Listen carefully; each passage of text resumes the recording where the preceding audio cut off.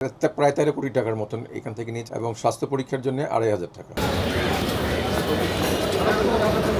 থেকে জেনারেল মাসুদ উদ্দিন, যিনি ফেনীর পার্লামেন্টের সদস্য ছিলেন, তিনি তার একটি কোম্পানি 5M ইন্টারন্যাশনাল নামের একটি কোম্পানির তিনি মালিক ছিলেন।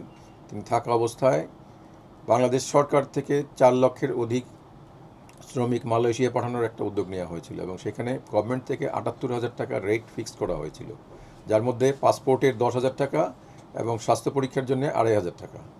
কিন্তু তিনি মোট 7,124 জনের কাছ থেকে স্বাস্থ্য পরীক্ষার জন্যও 2,500 টাকা করে নিয়েছেন এবং পাসপোর্টের জন্য 10,000 টাকা করে, এতে প্রায় 12 কোটি টাকা, প্রায় 13 কোটি টাকার মতন এখান থেকে নিয়েছেন এবং ওই 78,000 টাকার বাইরে অতিরিক্ত 1,50,000 টাকা করে 106 কোটি টাকা, অর্থাৎ টোটাল তিনি 119 কোটি টাকার গ্রহণ করেছেন এবং সেটি গ্রহণ করে তিনি স্থানান্তর এবং রূপান্তরের মাধ্যমে মানি লন্ডারিংয়ের অপরাধ করেছেন।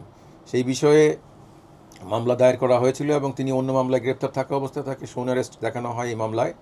এবং আজকে আমরা তাকে আরও অধিকতর জিজ্ঞাসাবাদের জন্যে 7 দিনের রিমান্ড আবেদন করেছিলাম। বিজ্ঞ আদালত শুনেছেন এবং শুনে তিনি 4 দিনের রিমান্ড মঞ্জুর করেছেন।